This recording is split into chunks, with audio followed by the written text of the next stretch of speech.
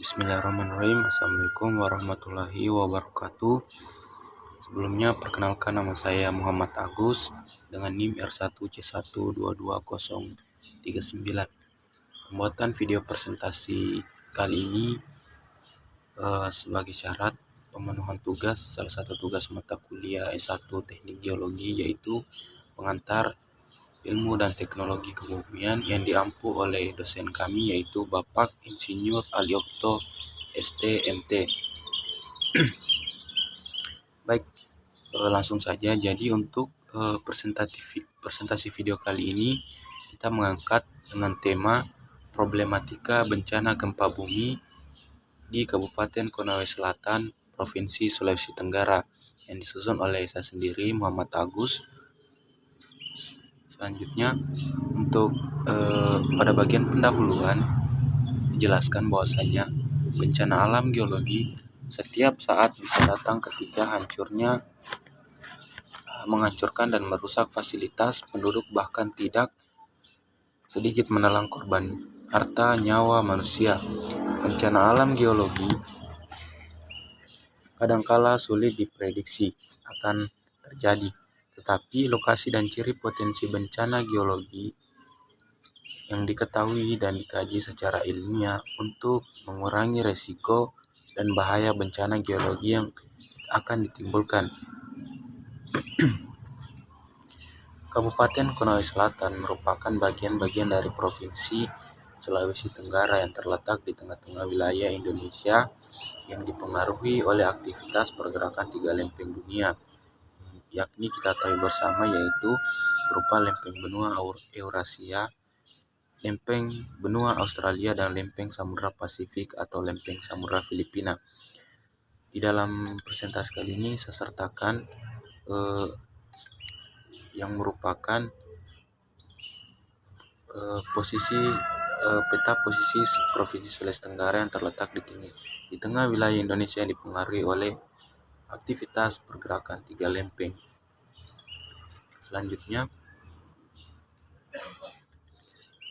itu kondisi tersebut menyebabkan wilayah Indonesia termasuk Provinsi Sulawesi Tenggara, termasuk Kabupaten Konawe Selatan, menjadi wilayah yang memiliki kondisi geologi yang kompleks dan berpotensi terjadinya bencana gempa bumi maupun tsunami, dikutip dalam Surono 2013 dan Riki 2018. Wilayah Kecamatan Kolono yang termasuk dalam Kabupaten Konawe Selatan, termasuk Kolono Timur, merupakan wilayah yang sangat berpotensi terjadinya gempa bumi karena dilewati oleh kelompok sesar Kolono yang kita ketahui bersama. Masyarakat wilayah ini umumnya bermukim di pasir pantai, sehingga jika terjadi bencana gempa bumi maka sangat berpotensi pula terjadinya tsunami.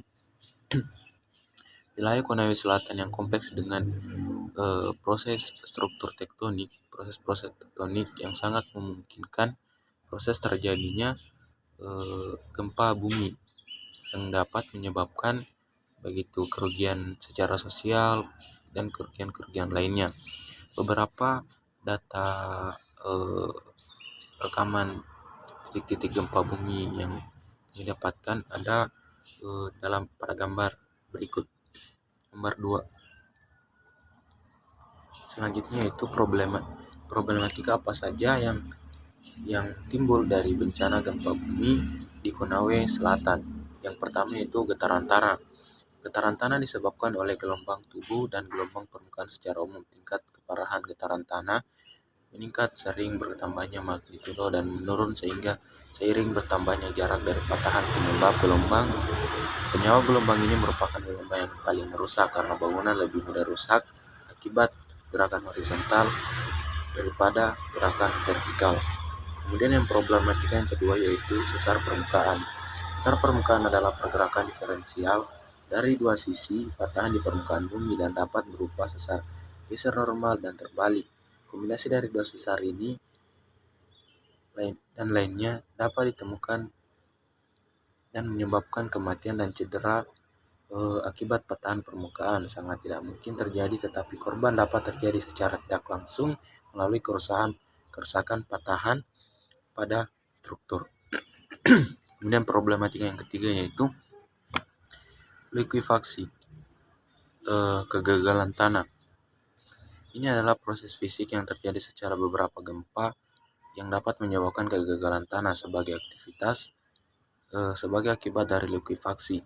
Endapan tanah bebas lempung, terutama pasir dan lanau, kehilangan kekuatan sebentar dan berperilaku seperti cairan kental dari padat.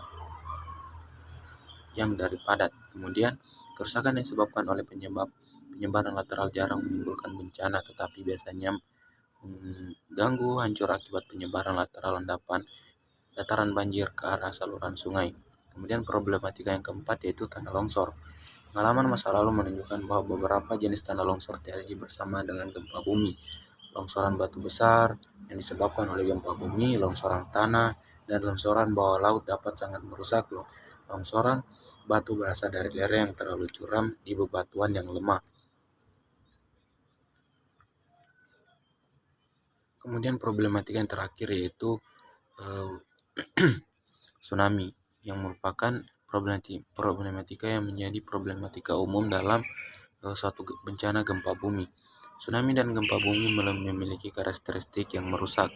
Guncangan tanah menyebabkan kerusakan terutama di sekitar patahan penyebab terjadinya tsunami, menyebabkan kerusakan baik secara lokal maupun di lokasi yang sangat jauh dari daerah pembangkitan tsunami. Jadi dengan adanya bencana alam gempa bumi ini juga dapat menimbulkan bencana alam tsunami yang cakupan dampak dari keduanya ini sangatlah luas.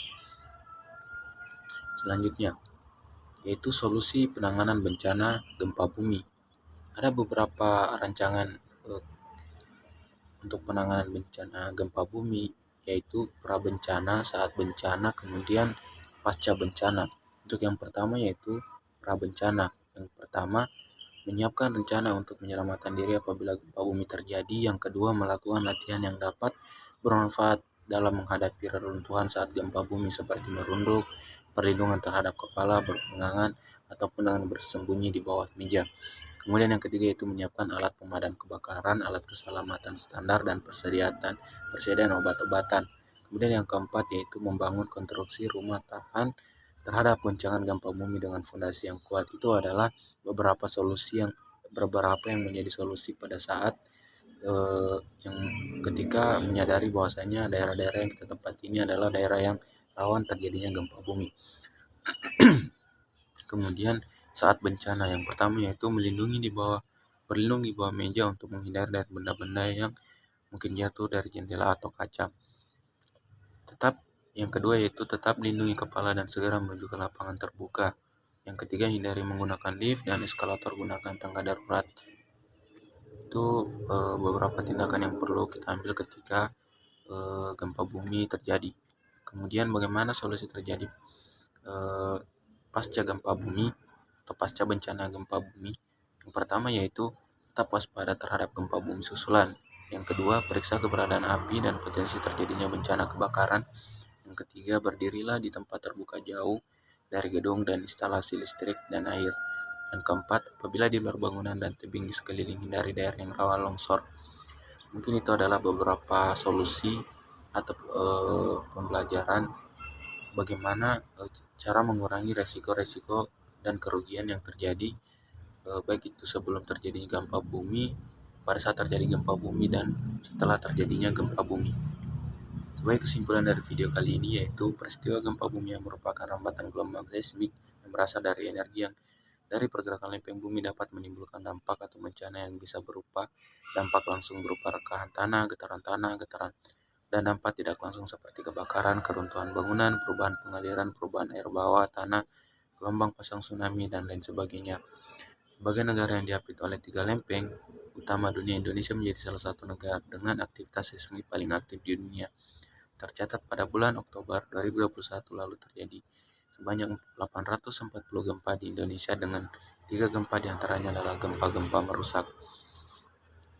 Maka dari itu perlu kesadaran kita bersama sebagai warga yang bertempat tinggal di daerah-daerah berpotensi bencana gempa bumi, perlu mengetahui pembelajaran apa saja yang perlu diterapkan ketika gempa bumi atau bencana gempa bumi itu terjadi. Mungkin sekian presentasi dari saya. Saya harapkan dapat menjadi video referensi terkait dengan problematika dan solusi penanganan dari bencana gempa bumi. Kurang dan lebihnya mohon dimaafkan. Saya akhiri dengan ucapan billahi taufiq wal hidayah. Wassalamualaikum warahmatullahi wabarakatuh.